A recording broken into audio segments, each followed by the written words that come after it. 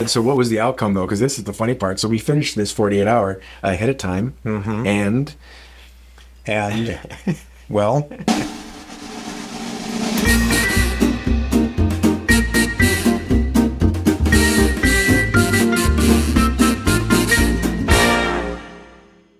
well, basically what we were told, we did not come away with this with any awards. No, not. And basically what we were told by the person running the festival was that like a couple of the judges really, really liked what we did, loved it.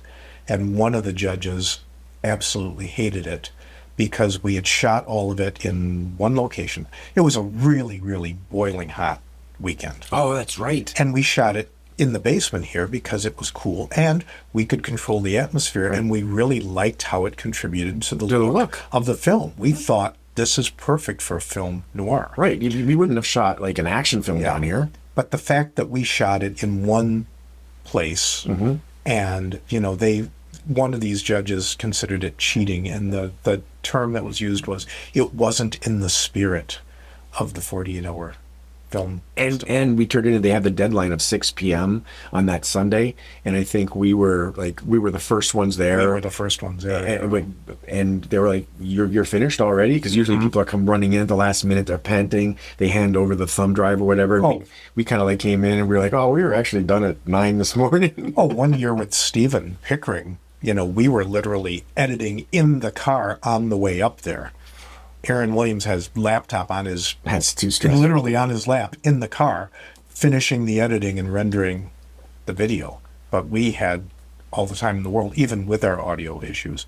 But hey, a shout out in that... a shout out to my son Ash, who wrote the original music for both Fruit Loops and Written Off, and has written off.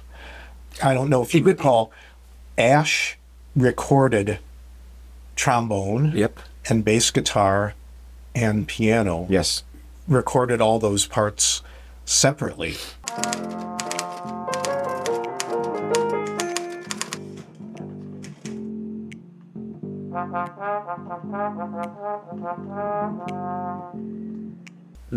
I had to mix them together and time them and everything, which I did, but wrote the music, recorded all the parts, and gave it to us. And I think the music really worked well. It really captured the feel of the music's perfect. If I'm not mistaken, I thought it won something for music too at the 48 hours, didn't it? Didn't they have that category, or am I wrong? They didn't have that category at that time. Okay. They added it later. What are you trying to say, darling? I can't hear you. Okay, because it should have. If they had it at the time, it would have won music, I'm sure. Yeah, they didn't, for whatever reason, they didn't have original music awards. So left a little bit of a bad taste, but that's okay. So what it led us to then after that was, because then we enjoyed doing it so much, but we said, well, why should we restrict ourselves to 48 hours to do this? We can take a little bit more time. So we did a bunch of like little 1 minute things, some shorter stuff, which were a lot of fun, and they served their purpose.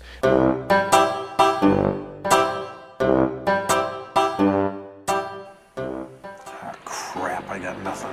But then the first short film, I was going to say legit, they're all legit. The first they're all legit, really. was Meeting Dad. Yeah. And that was 22 minutes. And we shot that over a weekend. We still did it relatively quick, but at least we did it over a Friday, Saturday, and Sunday, I believe.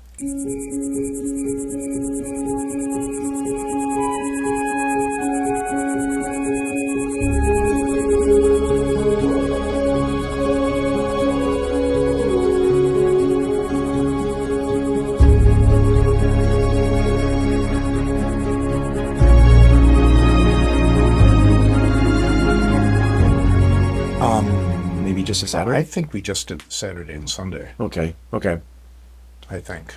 And Meeting Dad, original story by Jim Light. Yep. And I really liked the way that one turned out as well. We shot that over by Mocha Moment here in Janesville, and it was a great location, and the cast was phenomenal. Yeah, we were really fortunate with everyone in the cast.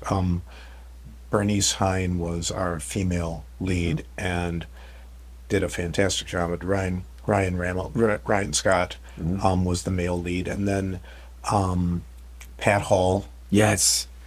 Oh, that's right. That's right. That's right. Played the mother in the hospital. Along with And then Tim Roberts and Laura Schuler were, great Tim cast. was playing Pat's son, and Laura was playing Tim's. And Tim Roberts and girlfriend. Laura Schuler, Yep.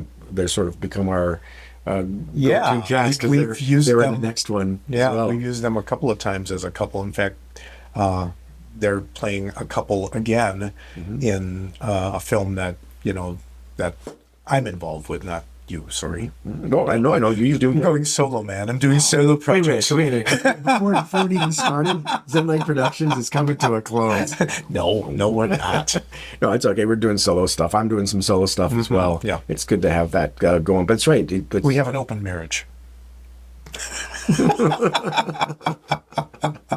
Okay, moving on. So this is getting Midwest real. Midwest Real. There you go. We're getting very Midwest Real. So then talking about the one that we have right now that's actually making the rounds, I guess I'm getting ahead of the game because Meeting Dad did really well. We won a bunch of film festival awards, Austin Film Festival, Los Angeles Independent Indie Film Fest. Yeah, I mean, we got some nice finalist awards. We were actually best U.S.-Canada narrative for the one in Austin. That's right. That's right.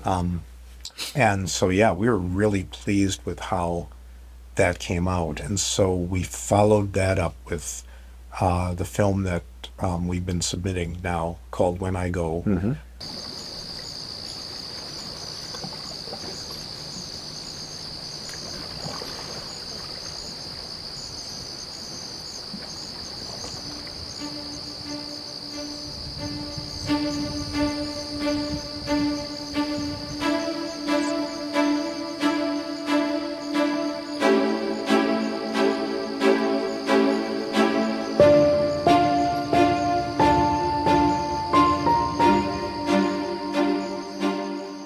Which was a shortened version of a play that I'd written that was performed at JPAC.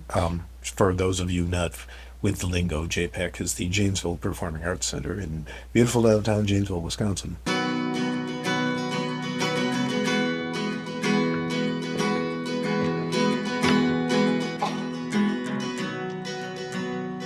And that play was about 90 minutes. It was a 90-minute So play. we took your 90-minute play and took one part of it and made a 22-minute short film, which is a challenge and not easy. It was a challenge, and it required us to, because we were missing some context from earlier in the play, we had to, Do some flashbacks. flashbacks and things. I'm sorry about your brother. He left a note.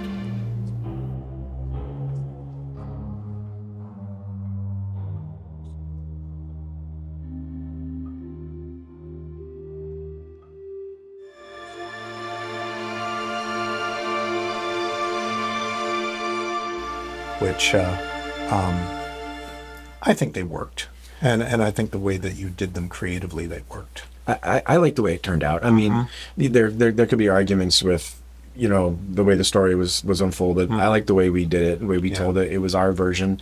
And again, we were very, very fortunate to have very, very good actors. Yes. Chloe Atala and Amanda Rodriguez were amazing, and we asked them to do a lot Yes. on that day. And they were the two leads when we did the play at JPAC 4 years prior. Right. And from my background as an actor, I really should have known better as a director. We should have had a read through. We should have. We should have been able to give them a little bit of time to breathe. So when we got to the location that where was the park again? Happy Hollow Park. So which is down by the regional airport here in the Janesville area. And so when we got them to the set, right away, Amanda, first scene she has to do